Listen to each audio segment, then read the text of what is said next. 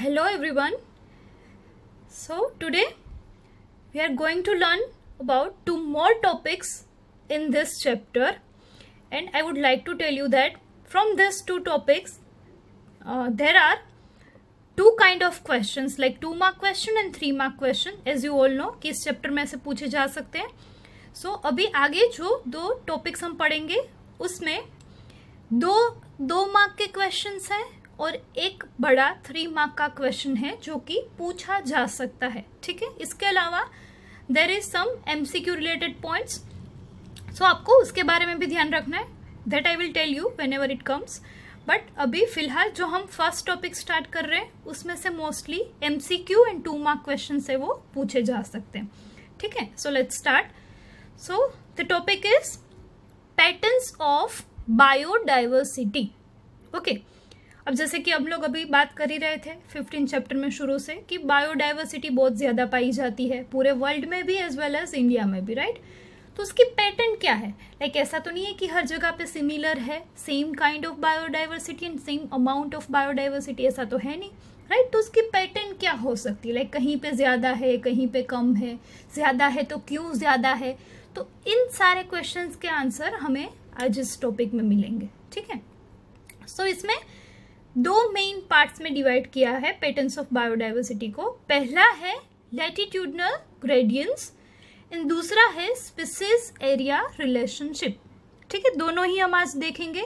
तो शुरू करते हैं पहले लैटिट्यूडनल ग्रेडियंट्स से. ठीक है, okay. Now as you all know about the equator, altitudes, latitudes, right, about the earth. So जैसे कि आप लोगों को पता है मोस्टली ट्रॉपिकल एरियाज में ज़्यादातर बायोडाइवर्सिटी है वो पाई जाती है. Why in tropical areas only? Because tropical latitudes हैं जो भी, वहाँ पे एनवायरनमेंट है वो बहुत स्टेडी होता है एज वेल एज एक्सट्रीम नहीं होता है. तो एक तो उसमें बहुत ज़्यादा चेंजेस भी नहीं आते हैं और दूसरा है कि एक्सट्रीम नहीं, मतलब ज़्यादा गर्म भी नहीं, ज़्यादा ठंडा भी नहीं. So most of the species can survive in such environment. क्योंकि अगर बहुत ही ज़्यादा ठंडा है, जैसे कि मान लो हम अगर पोल्स की बात करें, north and south, right.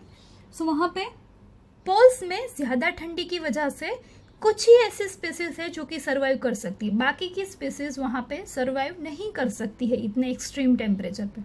But moderate temperature पे तो हर कोई स्पीसीज है वो आराम से इजीली सर्वाइव कर सकती है. ठीक है, so that is why this is the foremost reason कि क्यों ट्रॉपिकल अल्टीट्यूड पे, ट्रॉपिकल लेटीट्यूड्स पे ज़्यादा अमाउंट में स्पीसीज डाइवर्सिटी पाई जाती है.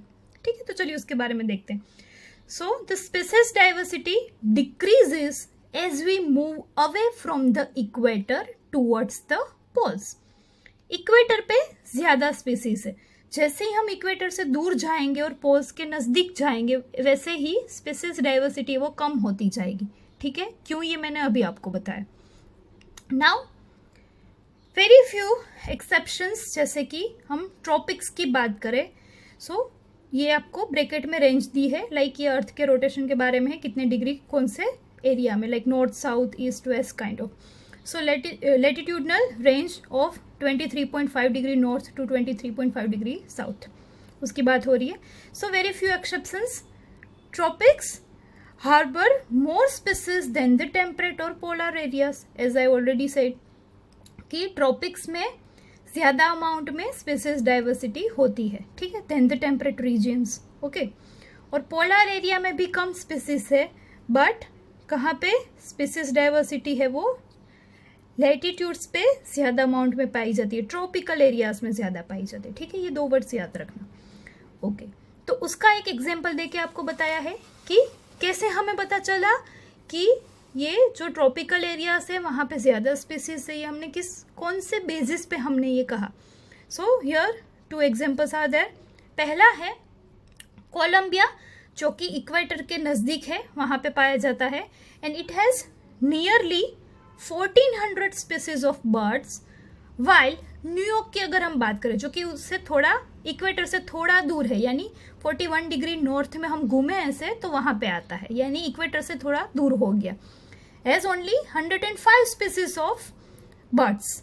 एंड ग्रीनलैंड की अगर हम बात करें, अगेन मोर देन 71 डिग्री अगर नॉर्थ में आगे बढ़ते हैं, सो वहाँ पे सिर्फ 56 स्पीसीज ऑफ बर्ड्स है वो पाए जाते हैं.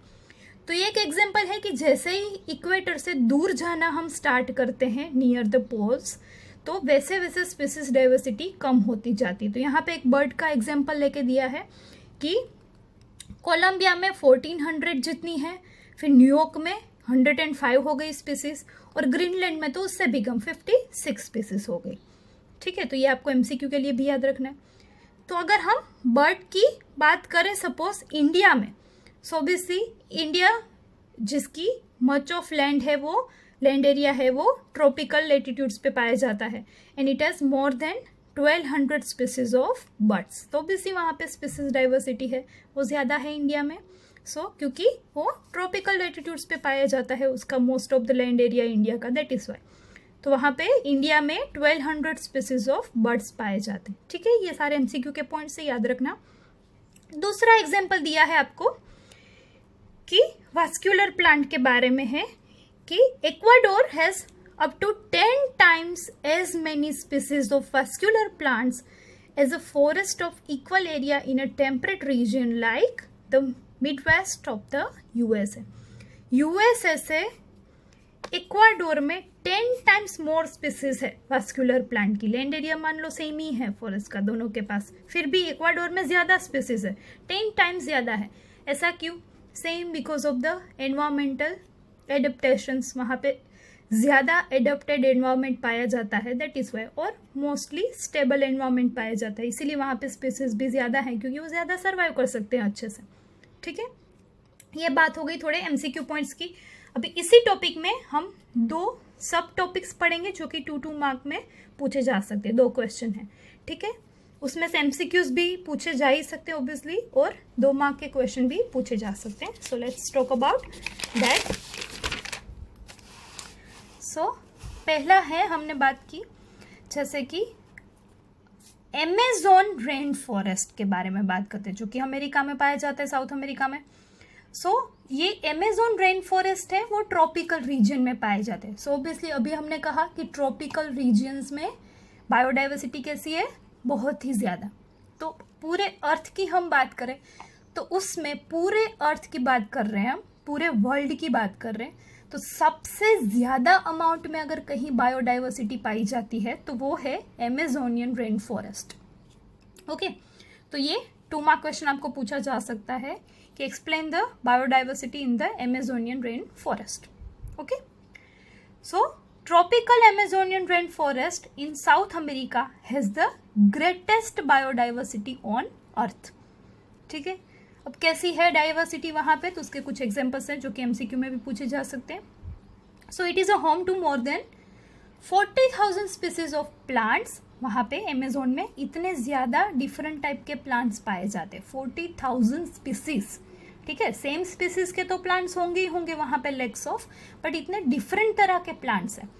देन दूसरा एग्जाम्पल है 3,000 fishes, then 1,300 birds, 427 mammals, 427 amphibians, 378 reptiles, and more than 1,25,000 invertebrates. इतने डिफरेंट तरह के स्पीसीज हैं वो अमेज़न रेन फॉरेस्ट में पाए जाते हैं। According to the scientist, there might be at least 2 million insect species waiting to be discovered and named. ये अमेज़न की ही बात हो रही, यहाँ तक का ये टॉपिक 2 मार्क में आप लोग लिख सकते हो। ये क्या है कि अकॉर्डिंग टू साइंटिस्ट, उनके हिसाब से अभी 2 मिलियन जितनी इंसेक्ट स्पीसीज तो वहाँ पे प्रेजेंट है अमेज़न में, पर हमें नहीं पता है। अभी भी डिस्कवर करना बाकी है। This is about only insect, but बहुत सारे ऐसे प्लांट स्पीसीज भी है और एनिमल स्पीसीज भी वहाँ पे है जो कि हमें नहीं पता, दे आर देयर, वो वहाँ पे है, पर हमने अभी तक उसके बारे में रिसर्च नहीं किया हुआ है, so we don't know much about that. ठीक है, तो इतनी ज़्यादा अमाउंट में डाइवर्सिटी पाई जाती है अमेज़न में, that is why it is a India world's most biodiverse area. ठीक है, ओके, ये हो गया एक 2 मार्क क्वेश्चन। दूसरे क्वेश्चन की हम बात करें, reasons for the tropics have greater biodiversity. ऐसा ट्रॉपिकल एरिया में क्यों इतनी ज़्यादा अमाउंट में बायोडाइवर्सिटी है, उसके reasons. Here main 3 reasons are there. पहला तो है speciation is generally a function of time, यानी टाइम है वो बहुत मैटर करता है स्पीसीज डाइवर्सिटी में। जितना लंबा समय, जितना ज़्यादा टाइम मिलेगा किसी भी स्पीसीज को इवॉल्व करने के लिए, उतने ही डिफरेंट अमाउंट में नई स्पीसीज है वो मार्केट में आएगी, राइट। तो speciation is first of all a function of time. ये हाईलाइट किए हैं मैंने कुछ वर्ड्स जिसके बेसिस पे आप पूरा क्वेश्चन है वो लिख सकते हो। सो ये कैसे है तो हम उसको एक्सप्लेन करते हैं। जैसे कि unlike temperate regions subjected to frequent glaciations in the past, tropical latitudes have remained relatively undisturbed for millions of years. So, अब most of the time temperate regions है वहाँ पे बहुत ही ज़्यादा, जैसे कि हिमपात हम लोग बोलते हैं, राइट, स्नोफॉल ज़्यादा अमाउंट में होता है, तो ये सारे बहुत ही स्टॉर्म्स वगैरह आते रहते हैं। तो ये सारी चीज़ें बहुत हुई कहाँ पे, टेम्परेट रीजन्स में, जिसकी वजह से कई सारी स्पीसीज है वो पूरी की पूरी नष्ट हो गई, ख़त्म हो गई, ठीक है। बट ट्रॉपिकल लैटिट्यूड्स पे इतने एक्सट्रीम डिजास्टर बहुत ही कम हुए हैं, नहीं हुए हैं। तो उसकी वजह से क्या हो गया कि जो भी स्पीसीज पहले थी वो सारी सर्वाइव कर रही है, और उसमें चेंजेस धीरे धीरे डीएनए में चेंजेस आते रहे और कुछ नया इवॉल्व होता रहा।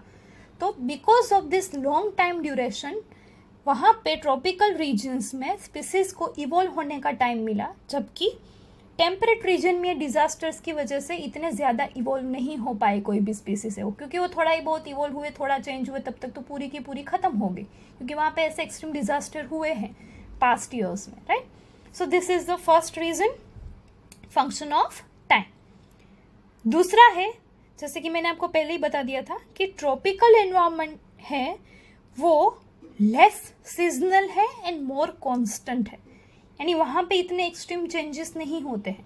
मान लो टेम्परेचर है तो ज़्यादा से ज़्यादा 10-20 डिग्री ज़्यादा या कम होगा, ड्रास्टिक चेंज नहीं होता, लाइक 50 डिग्री बढ़ गया और 50 डिग्री कम हो गया, इतना ड्रास्टिक चेंज नहीं होता है ट्रॉपिकल रीजन्स में, जबकि टेम्परेट रीजन में ये होता है, ठीक है। बहुत एक्सट्रीम कंडीशंस आ जाती है कई बार। So this is also one of the reason for the greater species diversity. And lastly, more solar energy available in the tropics which contributes to higher productivity and greater diversity. So more solar energy, यानी कि tropical area में आपको पता है कि जैसे कि day और night almost same time duration होता है। So during the day we got the sunlight, और उसकी वजह से प्लांट है वो अच्छे से ग्रो करते हैं, because of plants next food chain, यानी प्लांट्स को खाने वाले एनिमल्स है वो अच्छे से सर्वाइव करते हैं। अगर वो होंगे तो उस एनिमल्स को खाने वाले दूसरे हायर ऑर्डर एनिमल्स है वो सर्वाइव करेंगे। सो लाइकवाइज ऐसे फूड चेन है वो स्टेबल रहती है because of more solar energy, ठीक है।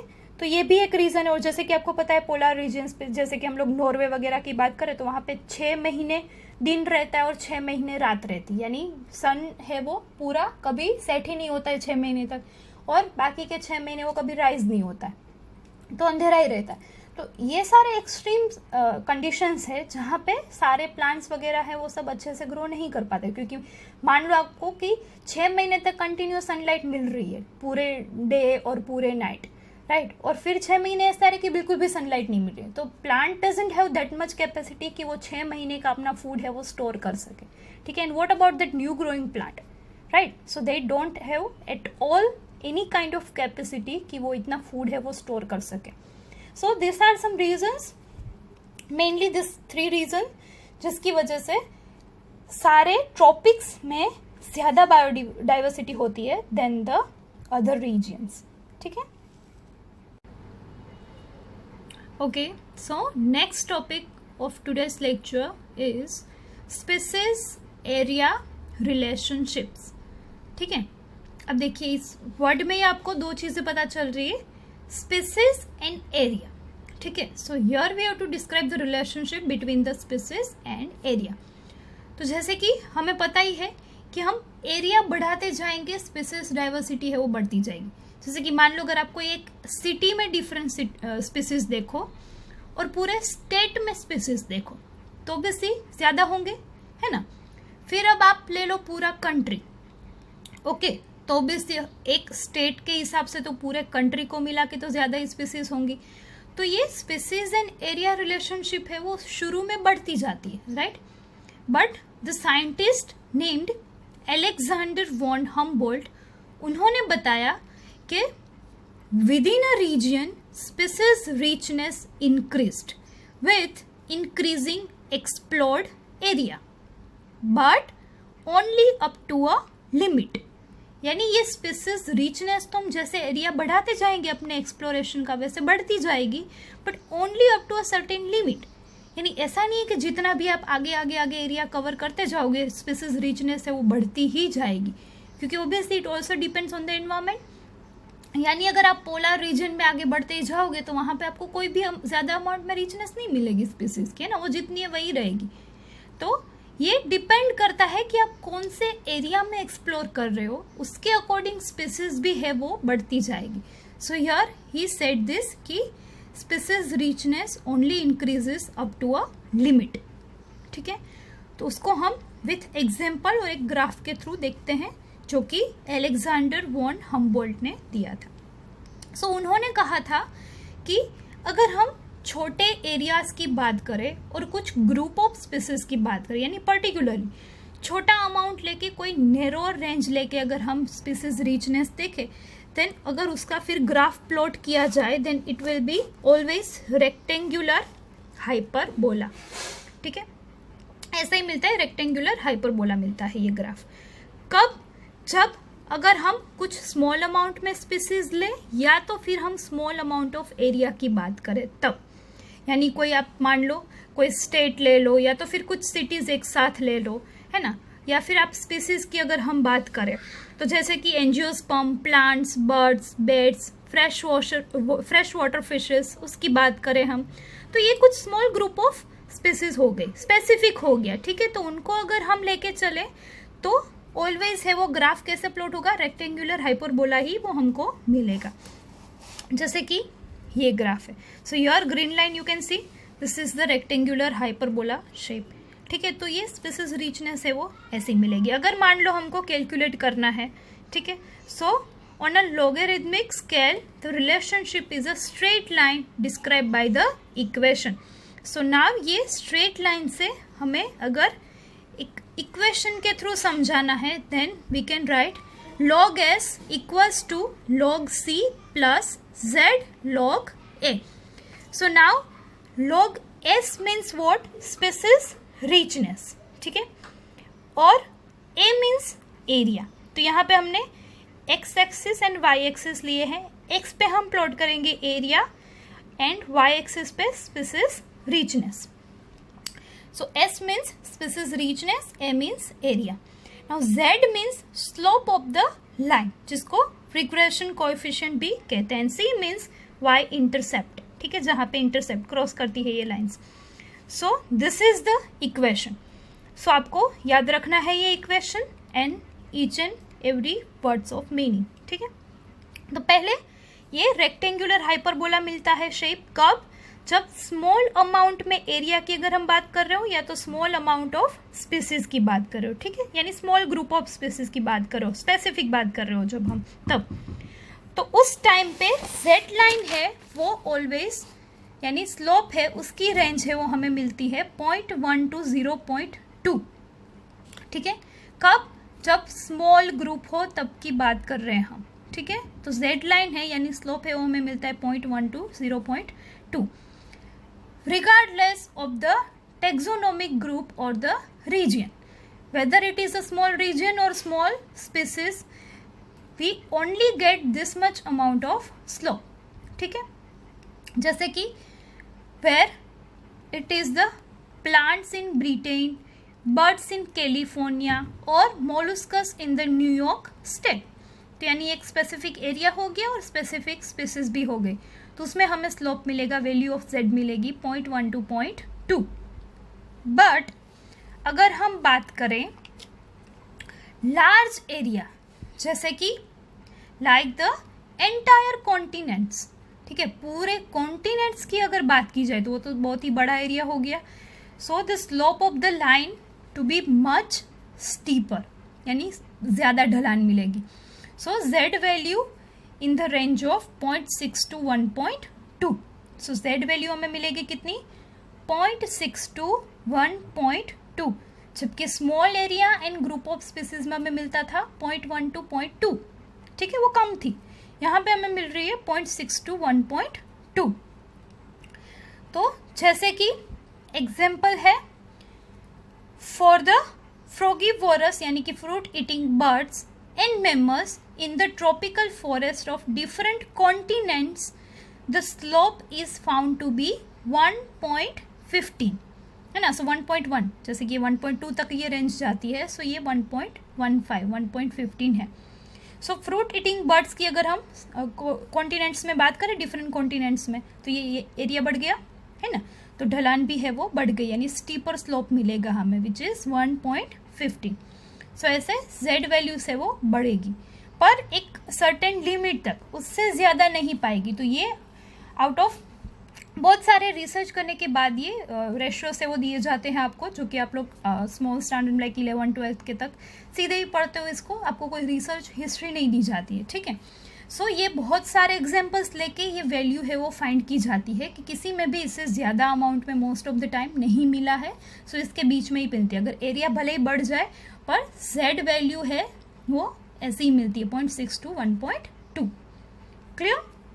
ओके. नाउ ये स्टीपर स्लोप क्या है उसके बारे में थोड़ा बता देती हूँ. स्टीपर स्लोप मीन्स क्या, जैसे कि मान लो ये कोई ग्राफ प्लॉट कर रहे हैं, एक्स एक्सिस वाई एक्सिस.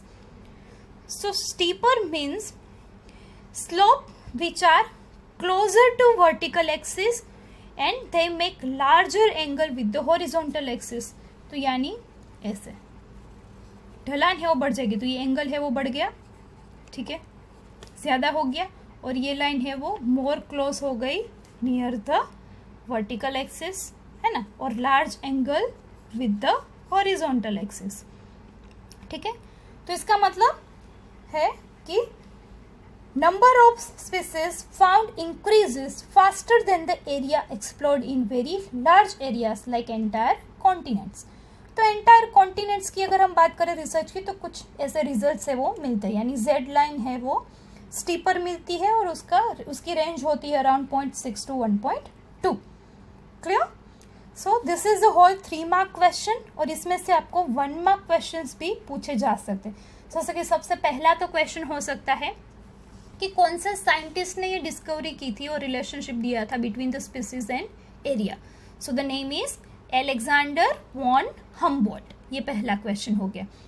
दूसरा है कि स्पीसीज रिचनेस की अगर हम बात करें, तो स्मॉल एरिया और स्मॉल स्पीसीज की रेंज है, जेड वैल्यू है वो हमें मिलती है अराउंड 0.1 to 0.2. दूसरा, लार्ज एरियाज की बात करें हम, तो graph will be much steeper, यानी जेड वैल्यू है उसकी रेंज होती है 0.6 to 1.2. ठीक है. नाउ स्मॉल एरियाज में ऑलवेज ग्राफ है वो कैसा मिलता है, so it is always turn out to be a rectangular hyperbola. ठीक है.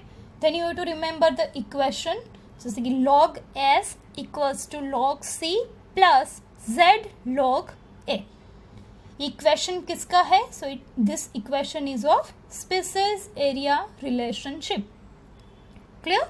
So this kind of small questions 1 mark questions can be asked, और ये पूरा क्वेश्चन है वो 3 मार्क में पूछा जा सकता है. So hope you guys clear with this 2 topics.